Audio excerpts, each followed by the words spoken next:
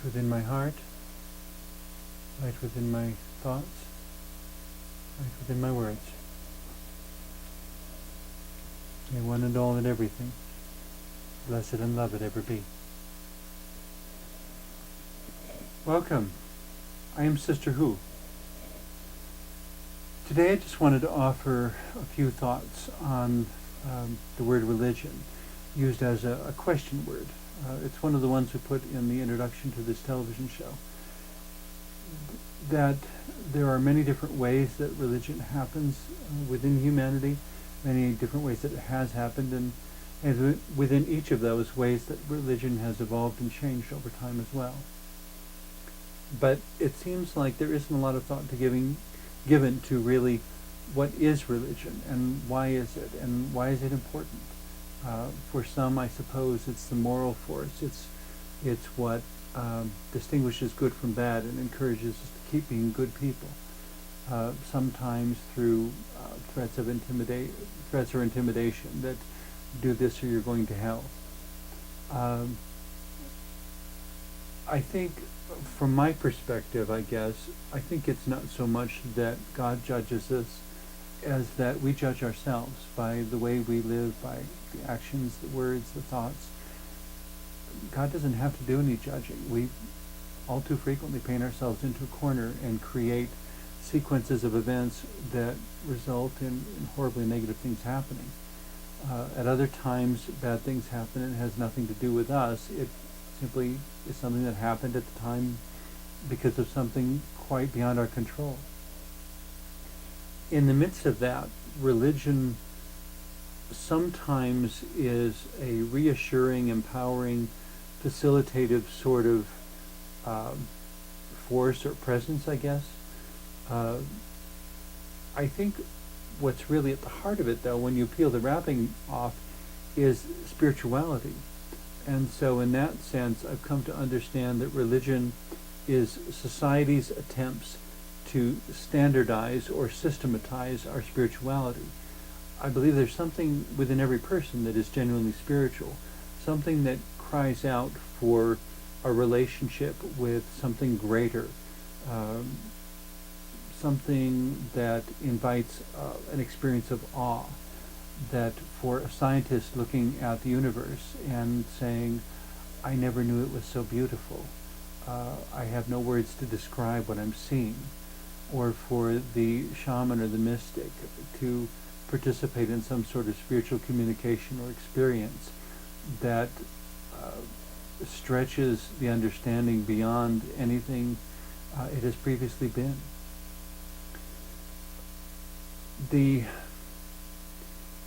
Even within theatrical settings, there may be moments, or for athletic settings even, moments where everything comes together in a way that is so magical and so powerful and so perfect that you just don't even know how to describe it. There's no word, yippee or hooray or whatever, that adequately conveys the exhilaration of experiencing a truly perfect moment.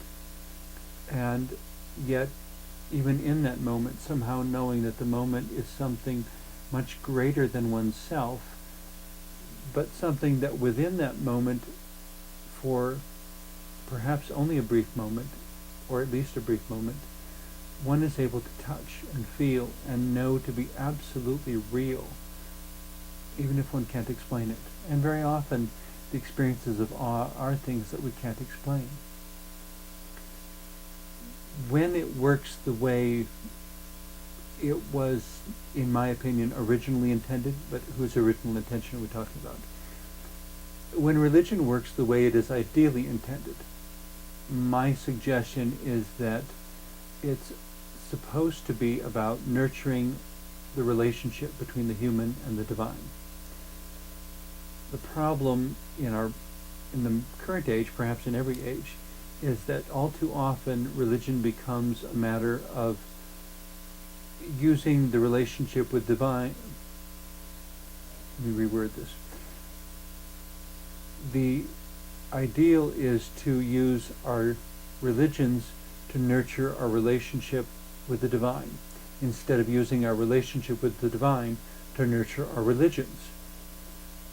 In the first case, using churches or religions or synagogues or temples or whatever to nurture our relationship to the divine, it's a way of the human soul growing and expanding, of addressing mysteries and experiences that invoke a sense of awe, of feeling part of something much bigger than oneself in a way that feels loving and wise and inspires humility. In the reverse, it seems when we use our relationship to the divine to support our churches, it seems, one might say, a way of taking God and making God smaller, of fitting God into a box or some sort of enclosure, some sort of limitation.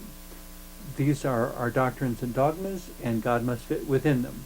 And that is all that God can be, and everything outside of that cannot be God. Or so the argument goes.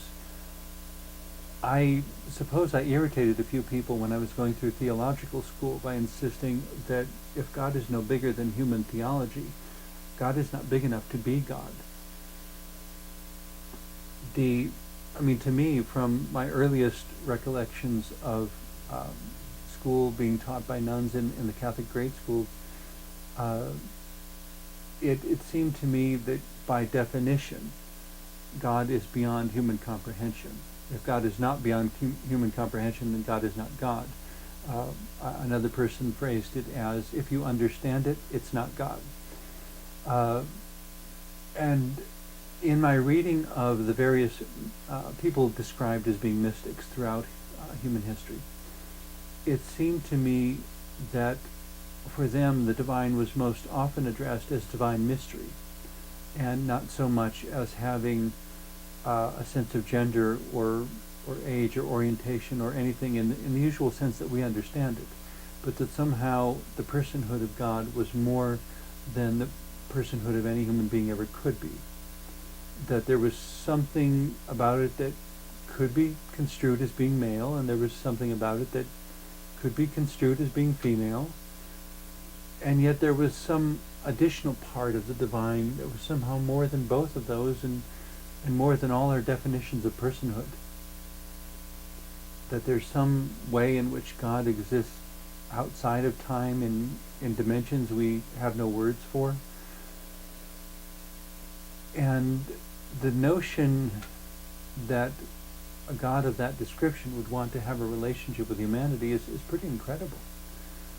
Another way I look at describing God is that God is the embodiment of the most pure and transcendent unconditional love, and the highest and greatest and most transcendent wisdom, and that those two things woven together form the essence of God. And then after that, God chooses to reveal God's self in multiple ways to multiple people, in diverse ways to diverse people throughout time, throughout history, throughout the world. All of this is, I suggest, somewhere within the ideal goal of religion.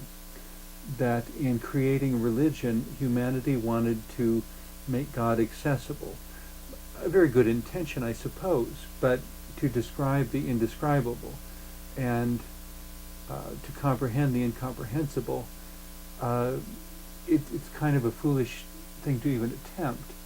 And yet, it's not that we shouldn't try. It's not that we shouldn't throw a word out, that we shouldn't use a name, but that while we use those names, and while we throw out those ideas, and while we, throw them out onto the table for dialogue, not throw them out in the sense of casting them away, but putting them out where people can discuss them and think about them, where we can discuss them and think about them, that religion becomes a sort of laboratory, or potentially becomes a laboratory, within which we can experience a relationship with the divine, figure out what works and what doesn't, what words seem fairly accurate and what words seem definitely inaccurate, but understanding that all these words simply by arising out of human language, are incomplete. That there is no way, there's no name that can describe everything that God is. And there is no painting or vision or icon that can embody everything that God is. God is the divine mystery. All these are simply linguistic terms by which our spirit tries to relate to a much greater spirit.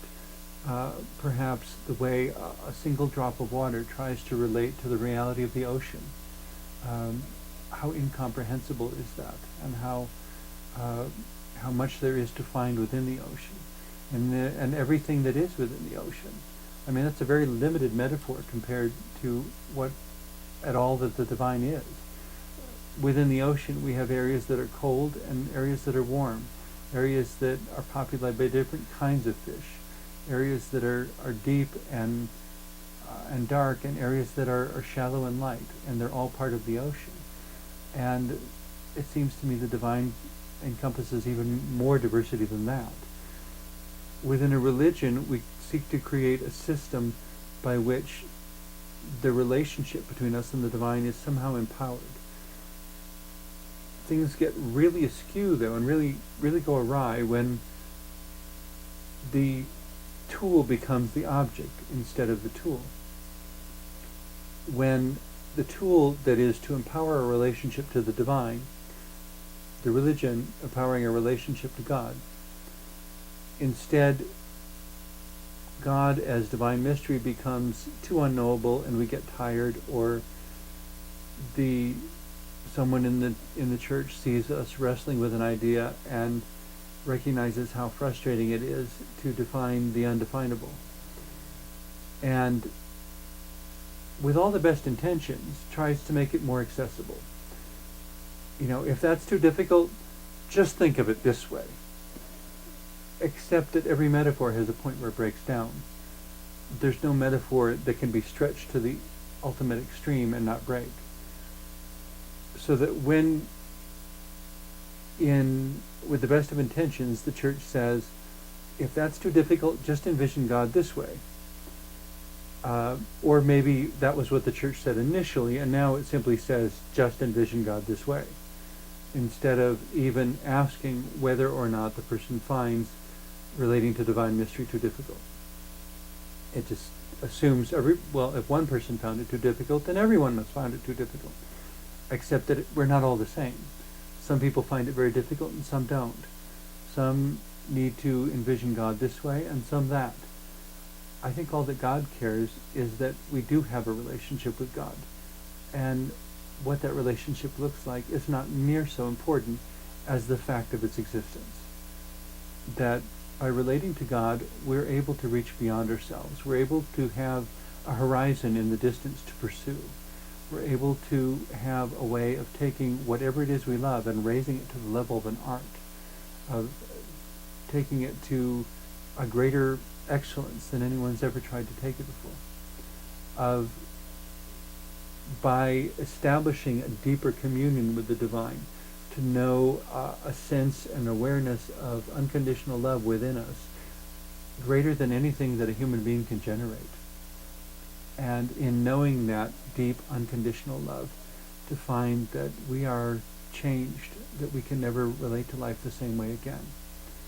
That the power of that unconditional love becomes so compelling that we want to share it with everyone, regardless of race, creed, orientation, whatever.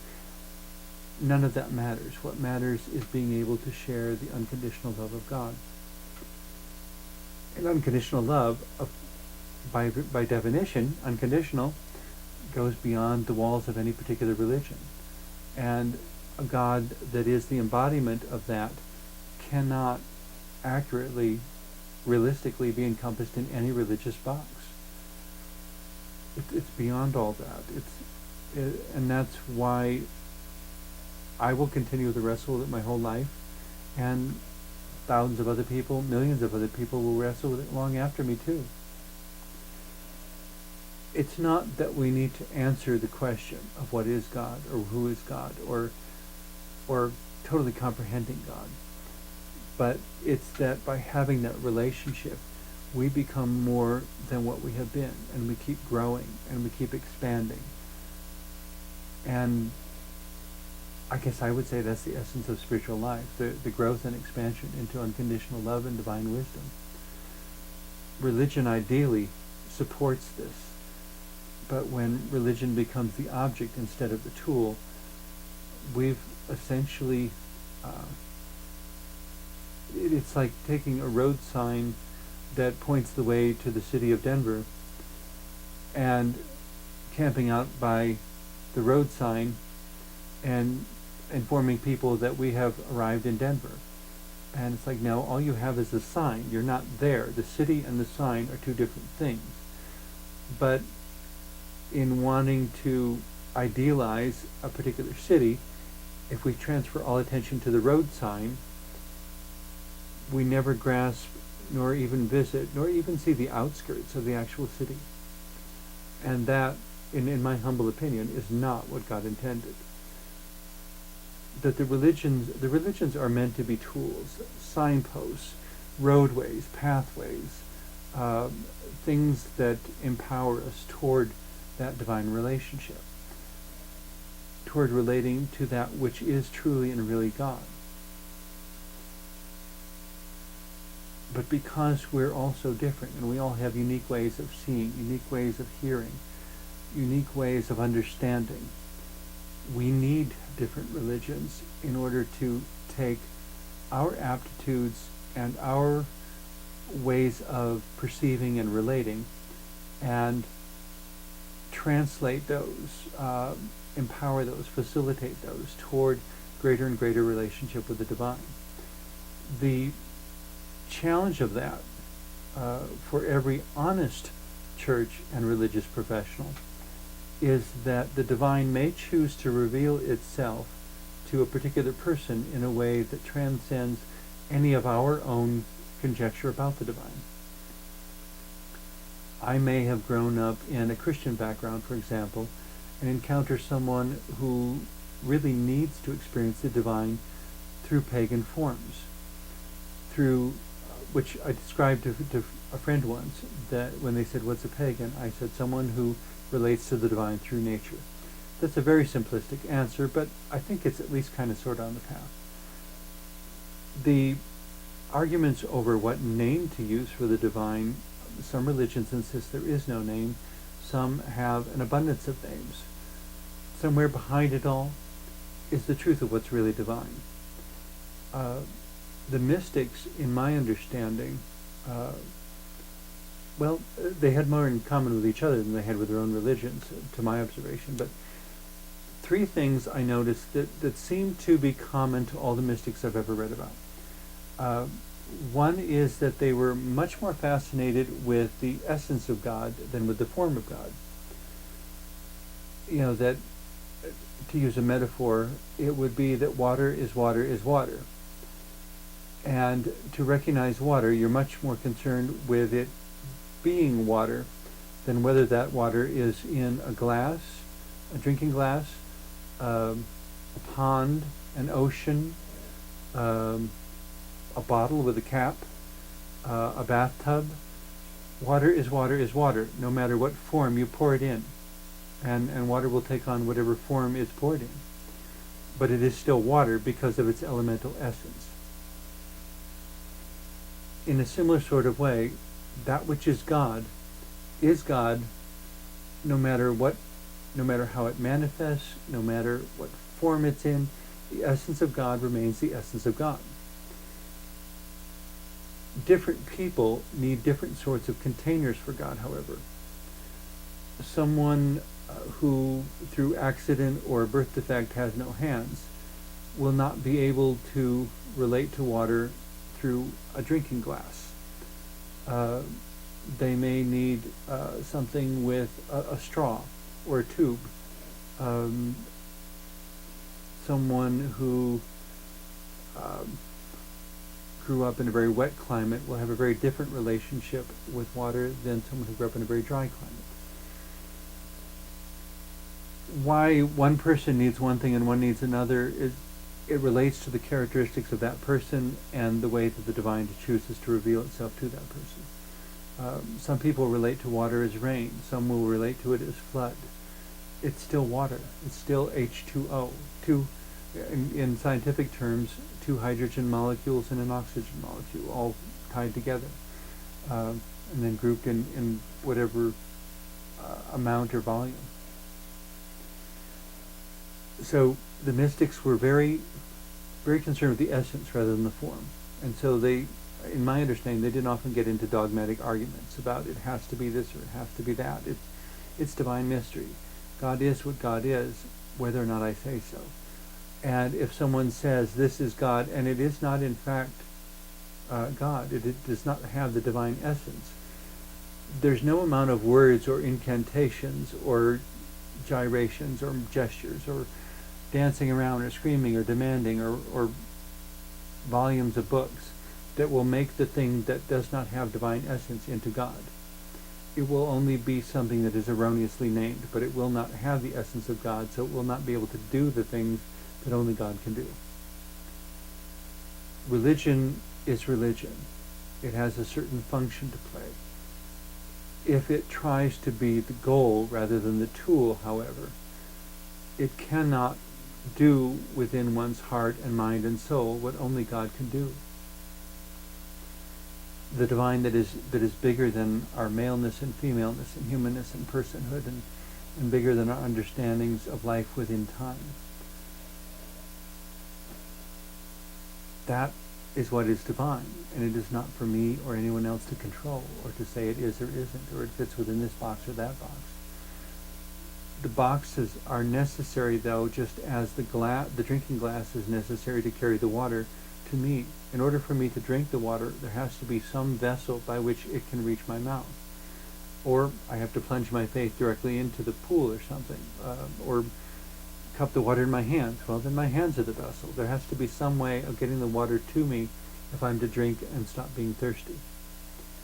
In the same way, religion, a personal spiritual practice, even a single moment of meditation or intentional focus, all of these things can be the vessels by which the divine comes to us and is able to enter into us and fill us and empower us for greater living, greater perception, greater insight, greater understanding.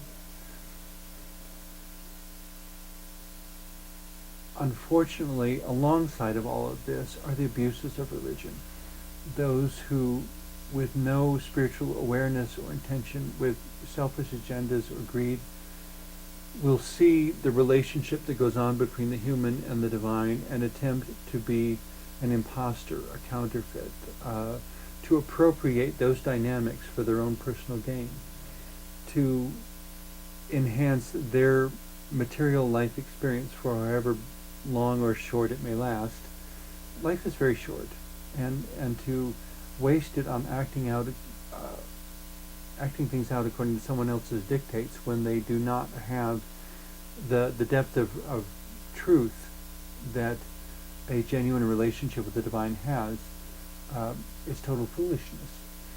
And yet there are people who, because of their own inability to be open and honest with God and to open themselves to that greater divine and to accept the unknowableness of God, that they are unable to accept that God cannot be controlled, cannot be comprehended, cannot be fully perceived, because God is too big and we are too small.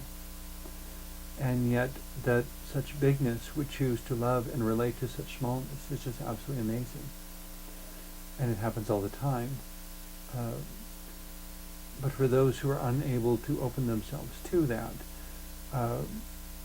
all sorts of abuses of religion have followed, where if they say, fine, I can't deal with that, so I'll draw a picture over here, and I'll put God in that box. Well, and of course they haven't actually put God in that box, but they say they have, and they may delude themselves into thinking they have, and they may convince a whole lot of other people to believe they have. And yet, if any of those people have a genuine experience of the divine, I think they will quickly realize on some level that what is inside that box is something, but it certainly isn't God. And then they either need to find a religion that will return them to relating to the transcendent mystery and incredible completeness of love and wisdom that is to be found within that which is genuinely God, or they have to shut everything off and put themselves within that box also. And there are many people who choose boxes of religion rather than empowering religion, instead of that which actually nurtures and grows their spirituality. Perhaps like successive sizes of flower pots, that as a plant gets larger and larger and larger, it may need a larger and larger flower pot. There may be a time where, for a beginning, many gardens are started this way, seedlings that are planted in little pots. And for them, for that time, the doctrinal boundaries of that little pot are God. And at some point, it's just not big enough anymore. And experientially, they need to be moved from that into a larger pot, a bigger conception of what the divine could be, of what human relationship could be, of what religion and spirituality could be. This, again, brings me back, though, to that wonderful metaphor of God being the horizon that recedes before us, like a beautiful sunrise saying, "Come, seek me out, follow me, see what this new land holds for you." Some thoughts that I hope were helpful to you this half hour. Thank you very much for watching.